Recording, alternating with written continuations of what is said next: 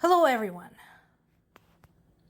It is unclear whether or not the next packet of European sanctions will have any effect on Russian mood. But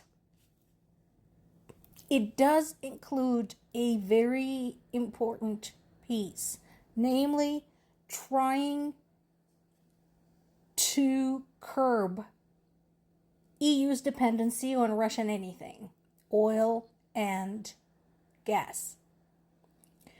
We've talked in the past about the fact that sanctions in general had very little effect with Russia because they still had oil. And oil chained so many trade partners to them. Now, EU has been working really hard for years now to develop its green technologies, not just because they wanted to unclip themselves from Russian oil, but because it's a good thing to do. So, and they have done great. Germany in particular deserves huge kudos in that area, but other EU members as well.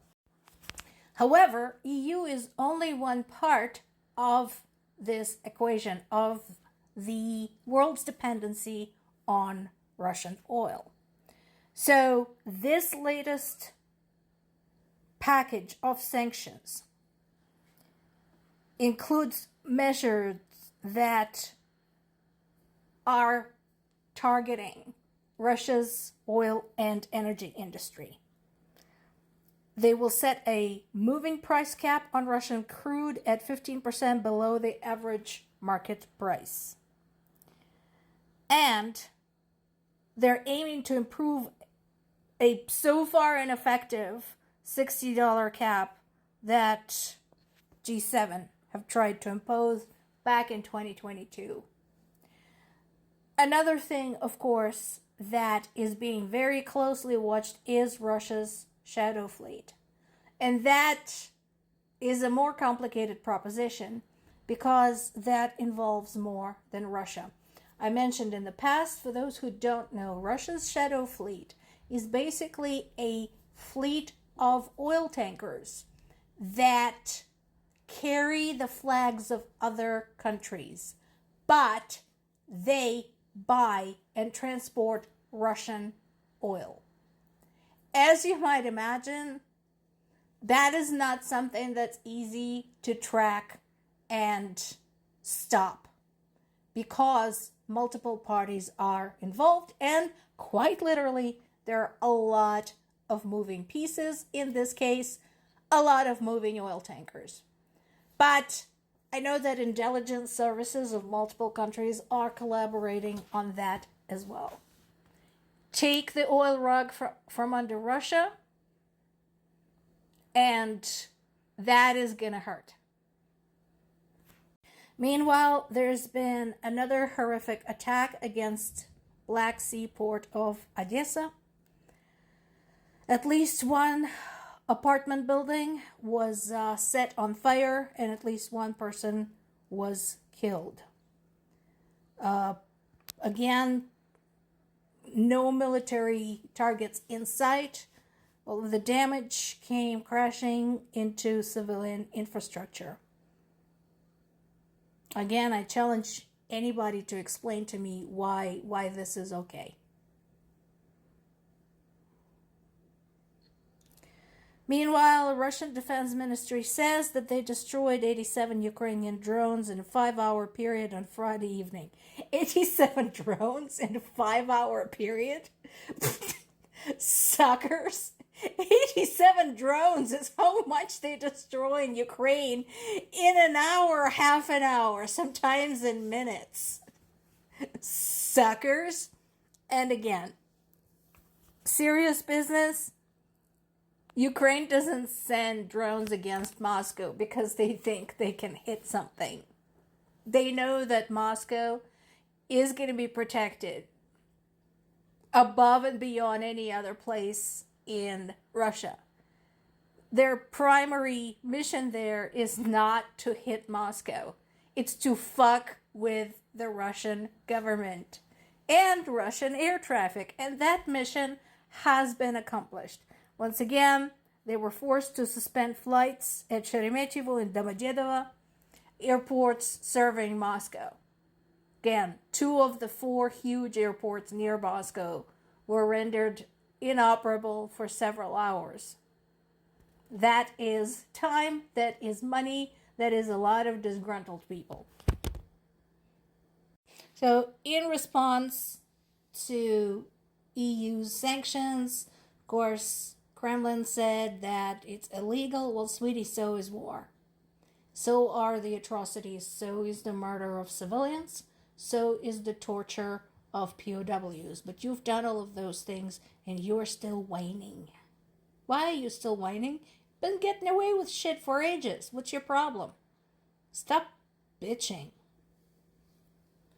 Now, this last bit about Ukraine joining the EU makes me mad. So, German Chancellor Friedrich Merz said the possibility of Ukraine joining the EU by 2034 was unlikely. If anybody's counting, that's 9 years from now. So go ahead, Ukraine, fight your ass off. Let your people die fighting for the European ideals. Being a friggin' punching bag between EU and Russia, but no, we can't take you in. That is bullshit. That is completely unfair, especially when they have pro-Russian EU members who are constantly expressing their support for Putin and constantly threatening to implement that the moment they have a chance. Fighting continues as Ukraine's top military commander, General Alexander Syrsky, said, intense pressure. Yeah, that's a bit of an understatement of the century. Ladies, whoever gave birth, remember when you were in labor, they told you you're going to feel pressure? Yeah, it's like this is the kind of pressure we're talking about. So, Russian military continues to deploy its tactic of small infantry groups, as it has been attempting to seize the town of Pokrovsk. So, remember a couple of days ago we talked about the earthbound drones. It is these small incursions by these small infantry groups that forced Russian military to start looking at some mechanized assistance for the ground troops. This is exactly what we're talking about here. And the first party of Australian tanks has been handed over to the Ukrainian army. Thank you, Australia. Appreciate you, folks. The fact that Ukraine is receiving aid from such far and remote places as Australia brings our focus back on Ukraine's seaports and airports, like Odessa, like Zaporizhia, like Dnipropetrovsk, like Kyiv, Kharkiv, Lviv, etc., etc. There is, a method to Russian madness when they go after those places, because that is where stuff goes in and where stuff goes out. Even as people of Odessa are terrorized and killed, their homes destroyed, Odessa continues to be one of the biggest points of entry and exit for all of the stuff that Ukraine exports out to the world. As I mentioned several times in the past, that includes free shipments of grain following Ukraine's humanitarian obligations, usually to the Middle East and to the African countries. Quite a few of those have admitted to supporting Russia while accepting Ukrainian grain. More to come.